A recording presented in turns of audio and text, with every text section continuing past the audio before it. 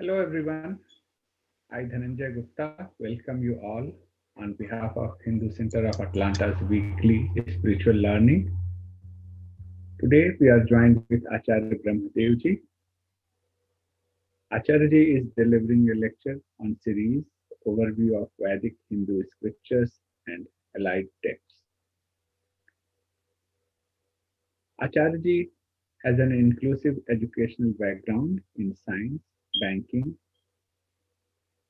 management, and Darshanacharya from Vedic philosophy Darshan Yoga Mahavidyalaya, Gujarat, and a diverse career in financial services, industry, and at Arya Sabha Mauritius. He has been a key resource person for Arya Sabha Mauritius on the universal Vedic values, yoga and meditation, and on interfaith and intercultural dialogue at various national and international forums. The Mauritius Council of Religions, Arya Presidency Sabha America, Greater Atlanta Vedic Temple, and Hindu Center of Atlanta Yoga and Meditation Center in Kami. He is author of numerous insightful articles on Vedic philosophy and contemporary issues in English and French. Over to Acharya. Om Namaste. Welcome, everybody. Let's bring our mind to focus. Sit down straight with the back, the neck, and the cervical spine all straight line, vertical. Body totally relaxed from head to toe.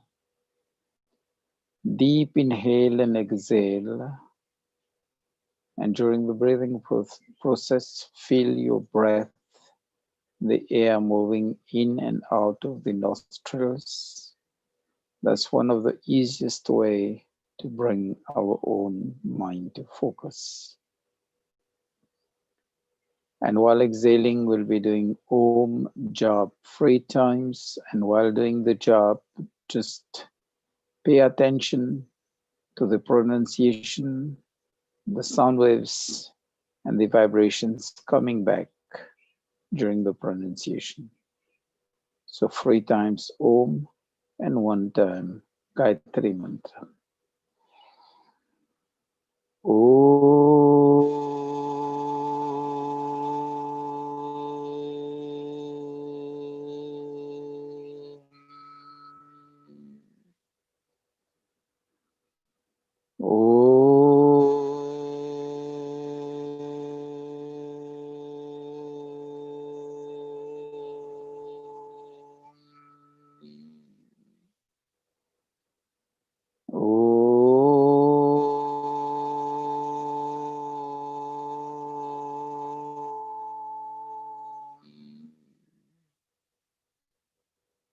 Om Bhurabhuvah Svah Tatsaviturvarenyam Bhargo Devasya Dhimahi Dhiyo Yo Nah Prachodayat.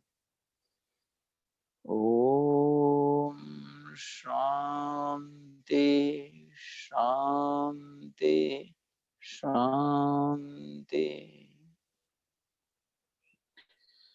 Last 2 lectures, we were having the overview on the Vedas, the Vedic scriptures, and allied texts. We covered or brushed about what are the Vedas, what are the Upavedas, what are the Upanishads, the Darshan Shastras, the Smritis, the Nitis, and Itihas. The 4 Vedas, Rig, Yajur, Sam, and Atharva. Then after that, each Veda has its sub-Veda, which is called the Veda. And it starts with a codification of knowledge, like Gandharva Veda is music, Dhanur Veda is military science, Ayurveda is medical science. Then we have the Upanishads, which unfold the spiritual sciences. We have the Darshan Shastras, which also unfolds the spiritual sciences. But along with that, bear in mind, the darshan is about moksha mukti, but it starts with the yam niyam, that is, be disciplined in life. Then it goes into asana postures, and then pranayam, inhale and exhale, and then goes down to samadhi, up to samadhi. Then we have the Nyaya Darshan, which is famous for developing logic, understanding of the context of words. We have the Vaisheshik Darshan, which is about science again, physics and chemistry. And we have the Sankhya Darshan, which is about the science of the creation. But all these sciences ultimately is about living a balanced life between worldly day-to-day life and spiritual life. Then we have the Smritis, Manusmriti, etc. We have the Nitis like Chanakya Niti, which is about politics. We have the Artha Shastra, which is economics. So we say each and every branch of knowledge were codified by the rishis to make it simple for us. But at the same time, when we talk about how these knowledge were given to mankind, the Vedas were given to four rishis.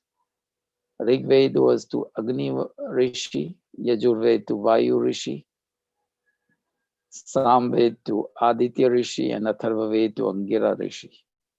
And when we look at unfolding of the knowledge, we tend to refer to rishis, and it seems to be male-centered or paternalistic society. So today we'll look really at how the Vedas treat mankind in society. When I say mankind, it's both men and women, boys and girls. When we say God gave the knowledge to the four rishis, four names come there. It's the names of the four most elevated souls. When the Vedas refer there, it refers to souls and not to gender, because it's the gender is assigned to the body and not to the soul. This should be our first understanding. And when we refer to Purush, it refers to, as we say, Manushya Purush. And Purush doesn't mean only male persons, it's mankind. And when we say mankind, it includes obviously both men and women, the human species. And the Vedas are famous for having in itself talked about Rishikas, ladies unfolding the knowledge of the Vedas. And the famous of them are Gargi and Maitri in the Upanishads. And I think 24 or 26 Rishikas who've unfolded the knowledge of the Vedas, quoted by Maharshi Dayananda Saraswati. Then look at the way that we address what is the common practice in Hinduism, the Hindu culture or the Vedic culture. Anybody standing to address a forum will say Deviyo or Sajjano. So when Deviyo or Sajjano, Deviyo comes first. Why that concept is there? Because the Shatpat Brahman unfolding the Vedas says, Matriman Pitriman Acharyavan Purusho Veda. Blessed is the child whose mother, Matriman, mother first, Pitriman, father, then Acharyavan, that is the teachers, mentors, preceptors, are knowledgeable, one, then dharmic, that is, they live a life full of ethics where the knowledge is translated in their lifestyle. So if women, if it was really a paternalistic society where women were subdued to men, then how come women would have been in the first rank, saying Matriman, then Pitreman, then Acharyavan, Purusho Veda? And there's the other shlok also which comes Matri Devo Bhava, Pitre Devo Bhava, Acharya Devo Bhava, Atiti Devo Bhava. So again, it's first Matri. And the Vedas are explicit in terms of, if we look at the Yajurved 22nd chapter, 22nd mantra, which talks about the nation. Abrahman Brahmano Brahma Varchasi Jayatam, which is the prayer for the welfare of the nation. Ladies are addressed as Purandhira Yosha, the gems of human society, because one, they protect society first by carrying the child in the womb, protecting for 9 months, caring for the child till the child starts walking and be on their own, and then giving that bright, as we say, sanskar, the imprints for moving ahead in life.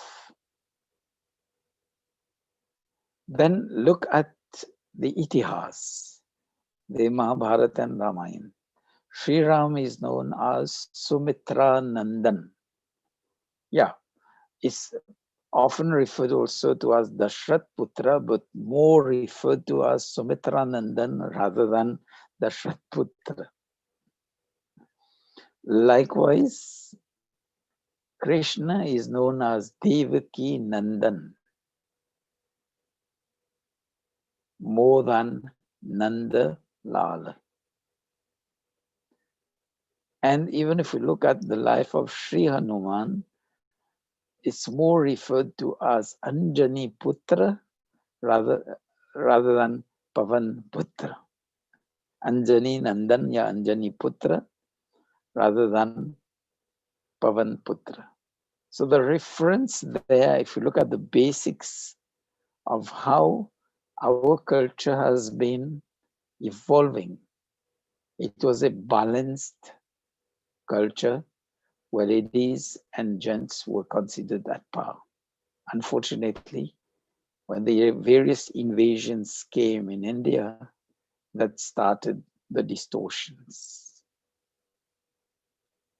Women were forcefully referred to as Maharishi Dayanand Saraswati puts it in argumenting Stri Shudro Nadhiyata Miti Shrutai,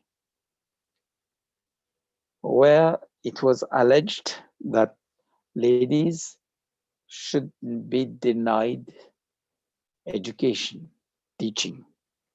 But then Harshi Dayanand argues that if ladies are denied education, how come can we create a generation of brilliant youngsters, both boys and girls? It says the more ladies are educated and tend to put that education, that learning into practice in their day-to-day life, they're bound to change society by creating a new generation of human beings who will be change agents in society. And he quotes from the Vedas which say, Yathemam vachyam kalyani ma vadani janebhya. Kalyani ma vadani janebhya. So सब मनुष्यों के लिए इस कल्याण अर्थात संसार और मुक्ति के सुख देने हारे ऋग्वेद आदि चारों वेदों की वाणी का उपदेश ईश्वर ने किया है. So God himself is saying that the knowledge of the Vedas is for the whole of mankind, janebhya, sab manushyon ke liye. And going into the knowledge of the Vedas, it says, brahmacharyena kanya yuvanam vindate patim. That's from the Brahmacharya Sukta of the Atharva Ved. So kanya yuvanam vindate patim. it focuses that special attention should be taken, should be given to the education. And when we say education, it's not only reading, writing, and arithmetic, as we say, the 3R, but it's the whole of personality development. When we talk about education, it's physical, mental, moral, spiritual, and social development. So he quotes from Vedas. And if we look at the Ramayana, we have forceful characters along with the gents. Ram with Sita, Dashrath with Sumitra, and Sumitra is the ideal mother raising Sri Ram. Then we have another forceful character of Kaikeyi. Kaikeyi, unfortunately, is given a bad name because she insisted that Ram be sent to exile. But look at the character of that lady. She was a forceful warrior who protected Dashrath on the battlefield. Dashrath was nearly vanquished, and he saved Dashrath from the battlefield.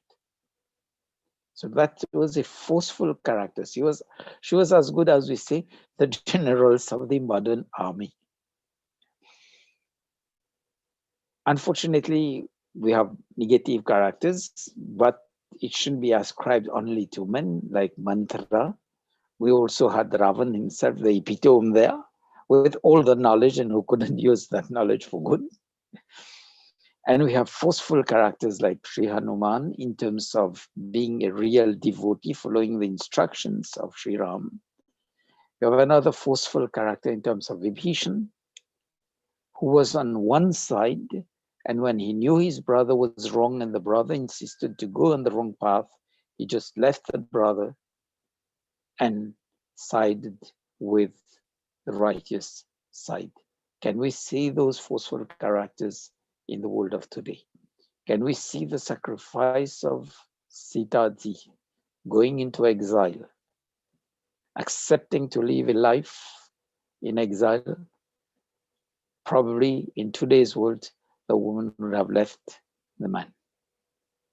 Can we see a forceful character as Urmila? She's less heard, but she's the wife of Lakshmanji. And do we have a forceful character of that? She was living a life of exile by remaining in the palace. And that shows how we can be detached in life. And that shows the life of a yogi. Then if we look at the Mahabharata, forceful characters again, Kunti, raising 5 sons in the absence of the husband. We have the forceful character of Draupadi.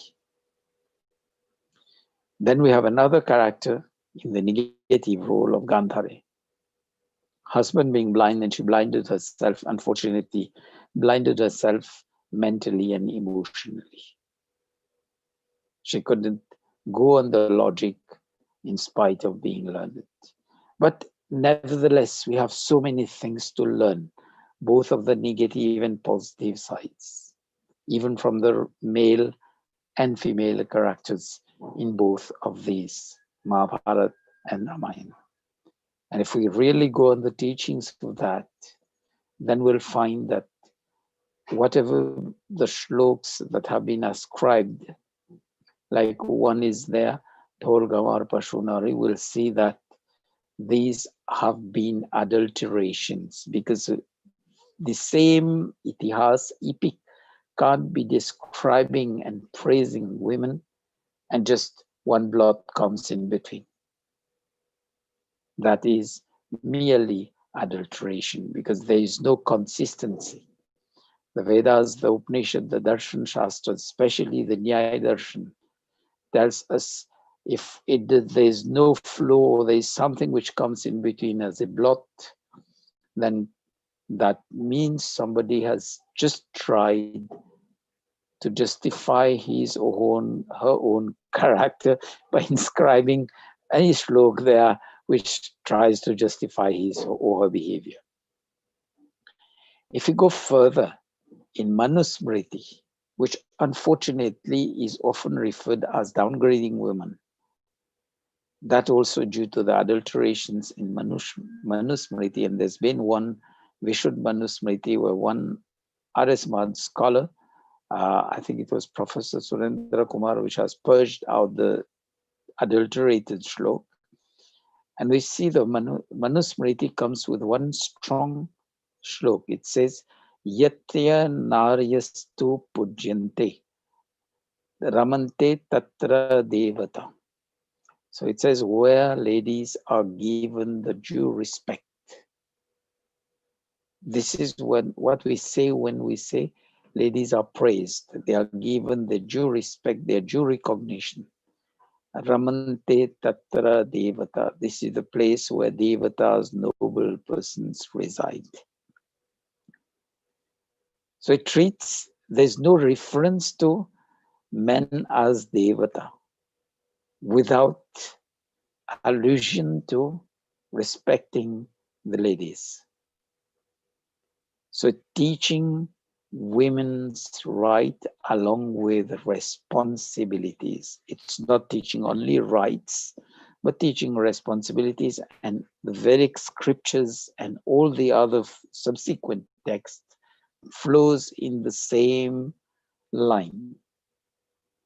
And if you look at the Vivaha Sanskar, most of the vows, it's from the groom to the bride.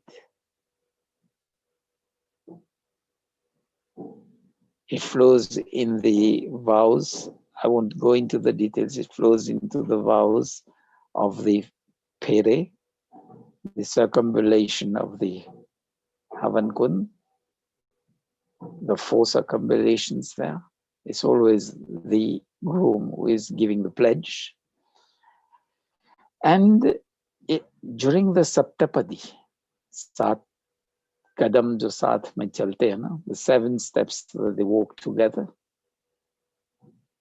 it's again the groom who is giving the pledge. Ishe ekapadi bhava, to keep the house full of grains, full of nutritious food. Then the last one is Sakhe Saptapadi Bhava, referring to that will be always the best of friends in the world. And it's the groom who is pledging to that. And what is the pledge that the bride gives? It's in this Sheela Rohan Vidhi, where she puts the right foot and the toe on a piece of stone, pledging to be as firm as rock on the path of Dharma. So that's the beauty of the Vedic Hindu culture. And when we sit down for prayers, in the real Vedic sense, the Hindu text prescribes that the spouse be seated on the right-hand side of the husband. Why seated on the right-hand side? Recognizing the due respect to the wife, one. Recognizing the wife as the maker of mankind, and more so, the 2 mantras which leads us, Agnaye Swaha and Somaya Swaha. Agni refers to the men as the energetic part of the couple, because the man does in the running, mostly going out for work, going for shopping, bring all the things in the house. Nowadays, women also go out for work, but then still we find that the man has an upper, higher role there in the rush, outside rush. That is Agni Swaha, Agni. But then the lady is referred to as Soma Swaha, Som, peace, tranquility, serenity. She's the one to create the peaceful environment, to bring peace, to bring tranquility, and to bring serenity in the householder's environment. And both of them together creates the balanced environment where what happens then? The next two ahutis go into the center. Prajapataye Swaha, Indraya Swaha. Prajapataye, Praja. So the kith and kin, that is the children and grandchildren growing within the household, they will be the center, the pillar for the next generation. And when they are well surrounded, as we say, they are within a very well-defined, appropriate framework, it's sure they are going to bloom in their lives. Then Indraya Swaha, all of them together will bring material and spiritual prosperity to the household. So that's the complexity, but it's the whole setup. It's so simple that we tend to overlook that and go only on the modern trend or what we've learned probably for the last 2-3 centuries, which is reported in what we say as modern history. Unfortunately, our real history of the Vedic Hindu culture has been tempered for, I think, 700 years, 400 years of the Muslim rule in India, and about 200, 300 years of others' rule. Portuguese, French, and British all merged together within the India.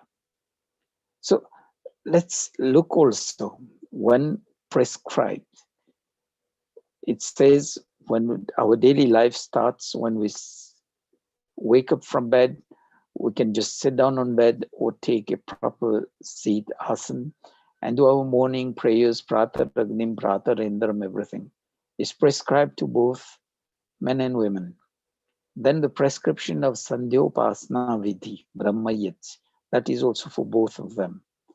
Then Agnihotra, Havan, is incomplete if it's done by the husband only or by the woman only. Both of them should be together. It should both go hand in hand. And that's the beauty of our culture. I think I've been able to provide some insight and some depth to that. And with reference to both the great epics, itihas that we have in our culture, the Ramayana and the Mahabharata. So I think I'll leave the floor open to any questions, if any.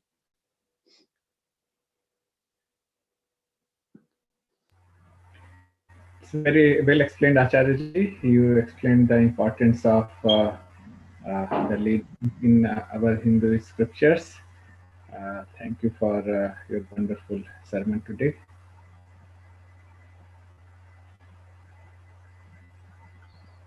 So let's do 5 minutes meditation and then we'll close this session. Sit down straight. We'll do jap first, that is mantra chanting. And when we'll do mantra chanting, we'll just listen to our own chanting. And once we start sensing the mind and the heart close to external thoughts and external emotions, that is going to generate the inner peace, the inner silence.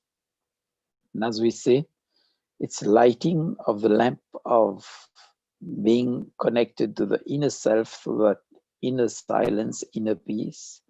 And we just have to go and give it, as we say, hawa panidana, nurture it, let it grow and bloom in our personality. Sit down straight, close the eyes gently with the body totally relaxed. We'll do Om Jap and we'll go on the Gayatri Guru Mahamantra or Savitri Mantra as it is called.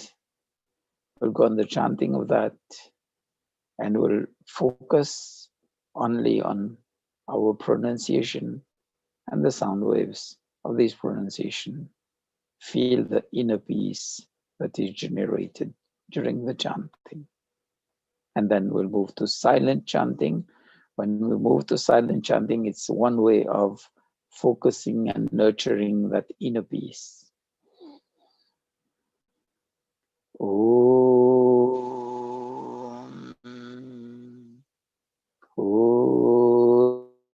Bhuvah Swaha Tatsaviturvarenyam Bhargo Devasya Dhimahi Dhiyo Yo Nah Prachodayat.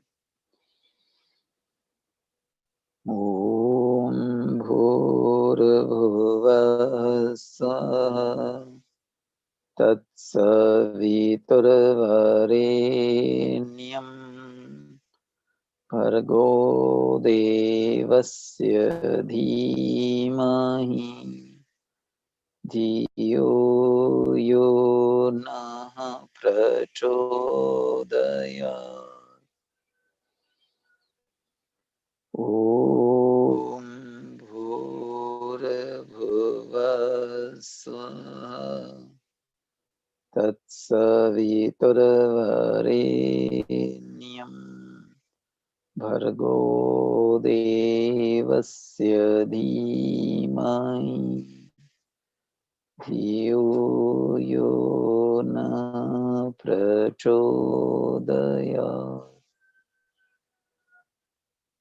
Silent chanting, and take a deep breath before starting the silent chanting, and try to chant the mantra in one single breath.